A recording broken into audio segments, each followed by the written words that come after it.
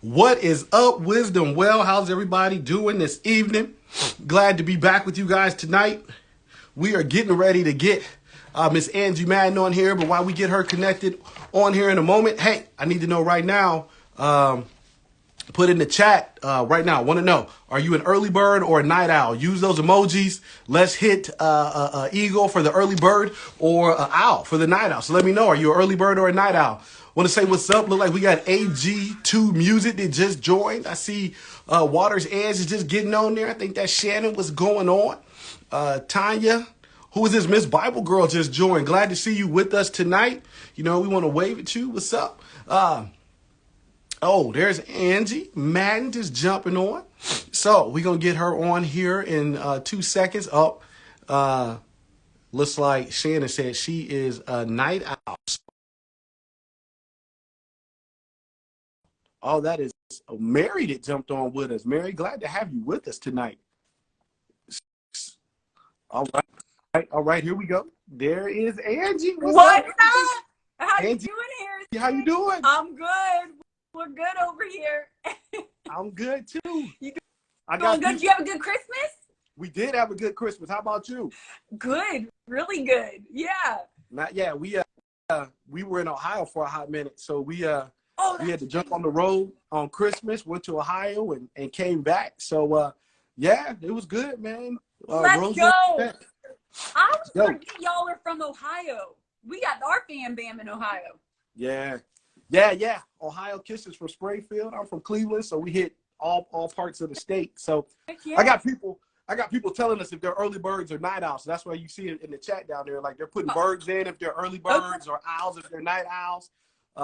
So I'm looking for a couple more. We got any more night owls in there? Night owls. You know, I'm looking for you. I'm looking for you. Are you a night owl or are you an early bird? No, I'm a night owl for real. Like, no, I am too. Yep. That's what I'm talking about. That's right. Oh, Lindsay Garvin. What's up, Lindsay? How you doing? Lindsay always be joining us. Yeah, I am for real a night owl. Like it gets like Kiss is an early bird by far, and I'm up to, you know, all times of night doing whatever we need to do. So all right, guys, we got one more question before we get going here. I want to know what's your favorite item you bought this year? Throw it in the chat. What is your favorite item you bought this year? Let me know. Especially, you know, it's Christmas, so it's a real easy one. Throw it in there. That's the truth. AG2 Music. What did you? Oh, he's a night owl. Okay, all right. Yeah, man. So, Angie, I'm just glad to be on here with you. I was just talking to Angie, guys. To be real, we're about to scare Kisha tonight. Like, Angie and I are the two people when we get together. Kisha is like, can y'all please, like, stay, like, where you're supposed to be at? That's exactly right. We're all over the place. We just want to have a party. That's all. That's right. That's right. Enneagram 7s all the way across. Coach Jody Bop, I know you on here. We shout you out for that one. Jody knows trying to keep us focused. Yep. Tisha, 6102, what's up? Glad to see you tonight. Yo, while we're going to get started here. So, hey, everybody, I am Harrison. Again, I am the man of the Wisdom Well here. We're back with one of our new speakers tonight. This is Miss Angela Madden. But first, I want to remind you what we do here at the Wisdom Well, our 3 beliefs. You know, belief 1, we believe purpose and fulfillment is available to everyone, okay? Like, belief 2, we believe becoming the woman you were created to be takes time, effort, and discipline. And belief 3, we believe effectual change comes through strong relationships and purposeful communities. And tonight, we got Angela Madden with us. She is full of fire and wisdom. Angela is an entrepreneur. She's a pastor, an author, a mom, and a wife. She will be teaching you what it means to know your worth, how to discover your passion, and move forward with purpose.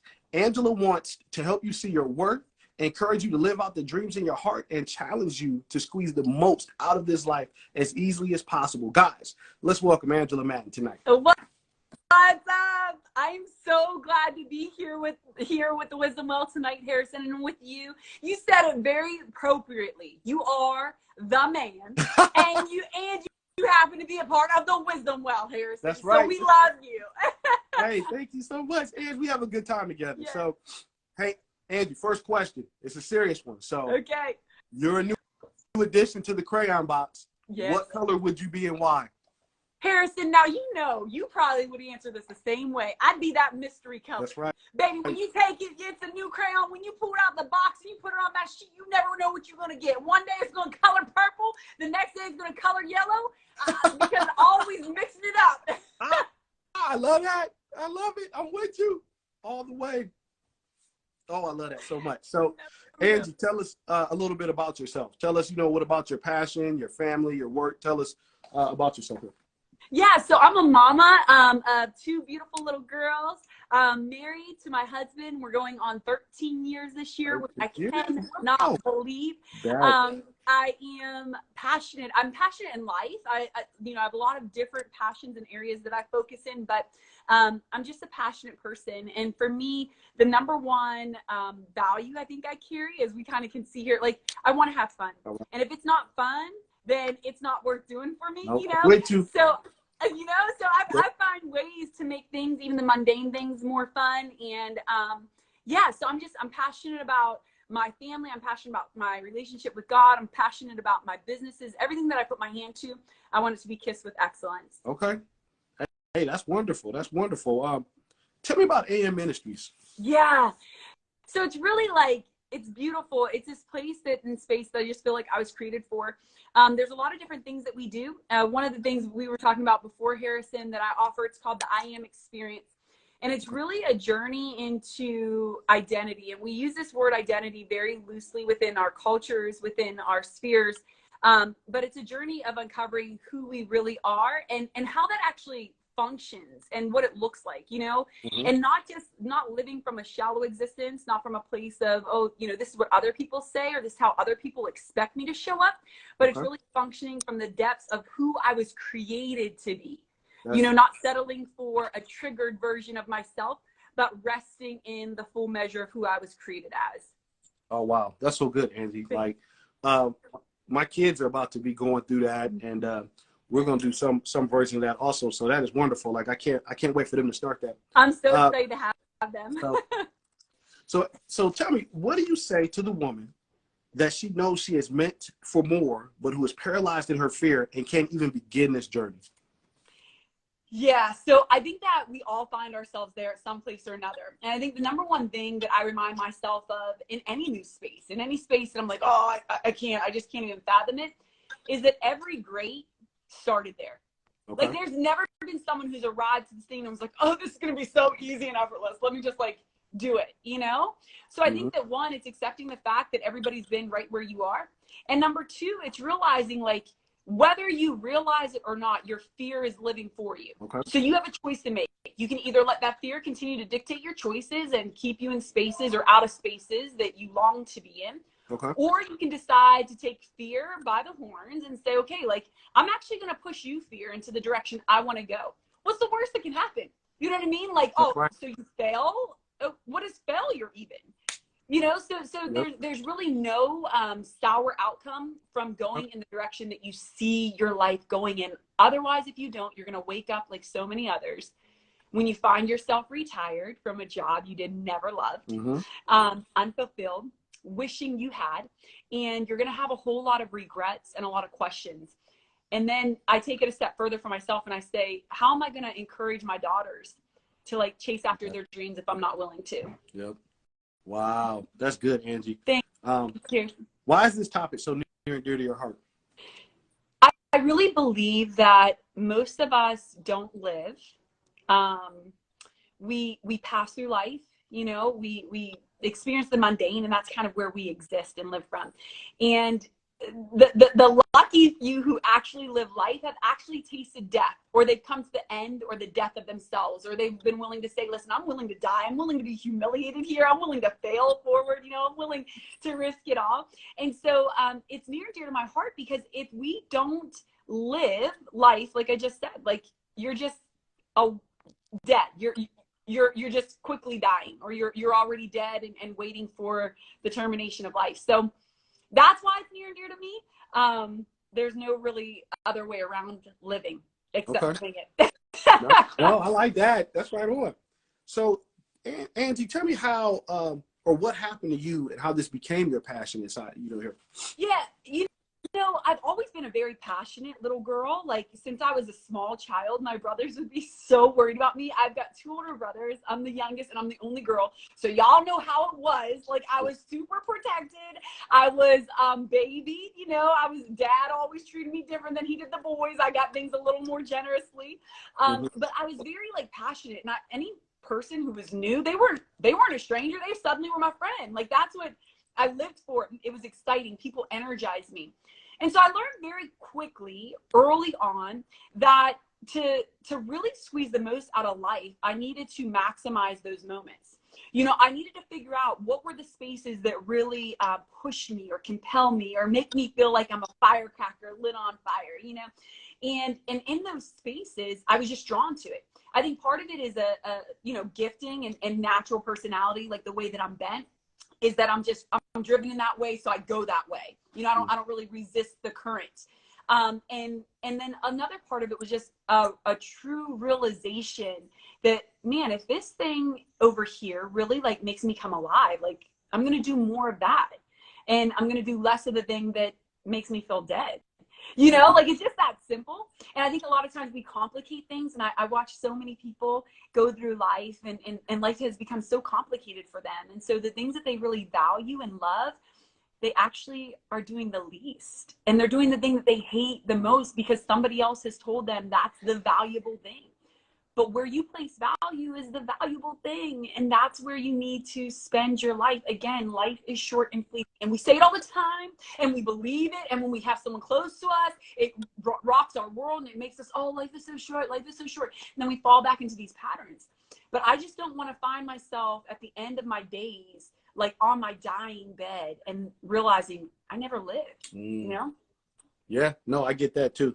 I love that. I love the people energize you, too. People Yes. energize me. Also, like, I just love people all the way around. So, hey, without giving away exactly what you're going to be talking about, tell me why it's hard for people to understand their purpose.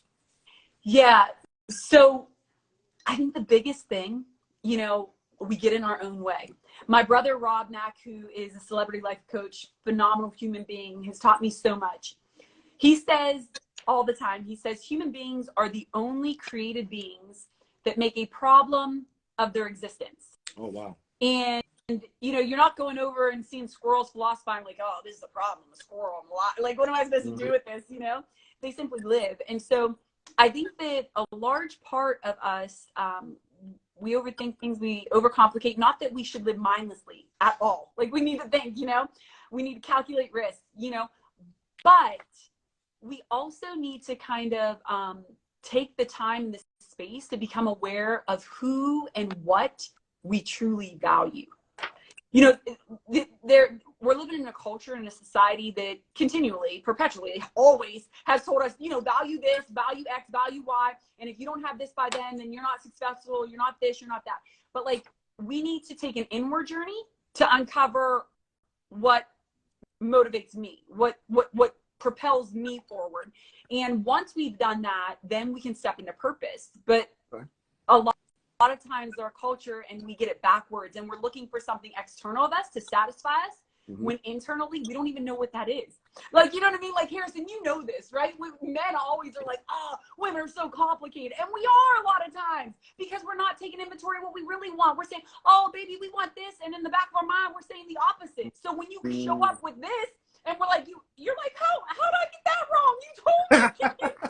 You know what I mean? But we live like that. And I think so many of us live like that in so many areas, that we complicated things that are super simple. And if we just took time to breathe and assess what actually matters to us and to our heart, it would be so easy to find the depths of our purpose. Not just a job, not just like something cool to do, not something just to get me street cred, but like something that we really value and that we know we were created for.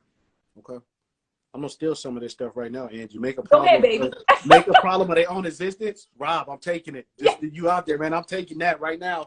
And hey, complicating what is super simple. I mean, we do it all the time. Just things that we overthink in our minds, and you are so right on that. So yes. All right, Angie. Last one. If you were talking to a friend why would you tell them to come to the GPS intensive workshop? Well, listen, we're going to be there, Harrison. Like, that's enough right. reason, right? Where the party at? That's right. But real talk, like, honestly, like, coming to GPS, one of the best things and the most beautiful things that I have found with Wisdom Well is that it is truly an eclectic group of human beings. And every single one of these women and men, and I believe, Harrison, there are going to be a lot of men who want to be a part of the Wisdom Well, honestly, because it's full of richness and goodness. But I think that a large part of it is that these people, these women who have assembled, are truly experts in their field. Yep. They are truly passionate about others growing and themselves growing. So there's a humility, a vulnerability, and an openness.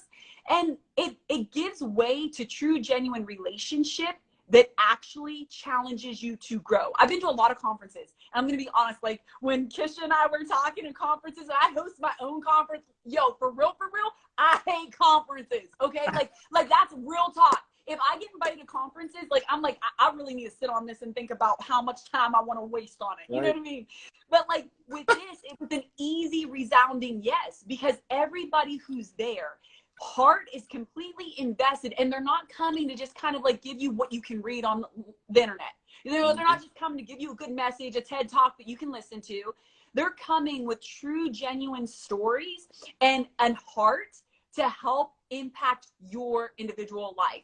So anybody who wants to grow with where they are, who wants to connect with other women who are doing this thing, who are actually successful and in spaces they want to be in, or perhaps just even along the journey for the ride with them, this is your place. GPS is not a place like to come and like just think, oh, I'm going to come, breeze in and breeze out. Like you can make it whatever you want, but the intent of it is for you to come in, get connected, get focus, get full of passion, purpose, and be connected to people who are going to be able to propel you forward into your purpose.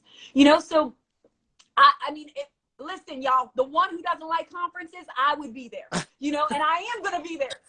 And like I said, we're going to be there. It's going to be a party, Harrison. That's right. We're going to have a good time. Yo, hey, as we wrap up tonight, guys, I want to remind you, like this conference, it is an intensive. So you will come in the doors. You will be working. Like there's some great stuff that these ladies have for you. We're going to introduce a new speaker next week. That will be Shannon Olivares. She'll be on here next week. And she's going to be, she's got a great topic she's going to be telling you about, but it's just not like a conference. You're not just going to sit here. You're not just going to just listen to everybody. You're going to be putting work in as it's going on during the day also. So make sure you come out. We can't wait to see you there. And you know what? Maybe me and Angie will go live, and there's no script when we're there, and we can sneak off in the corner, and we'll go live. And Kisha won't be worried about what we're doing there. We'll have some fun with you guys live at the conference. That's so exactly. Hey, Harrison, I love that plan. I am down for that, man. Guys, we thank you for joining us tonight. Angie, thanks for jumping on with us.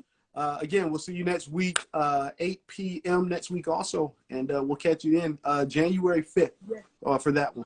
Thank you, guys. Thanks, Angie. Thank you, Harrison. See you at GPS. Bye-bye. Bye, guys.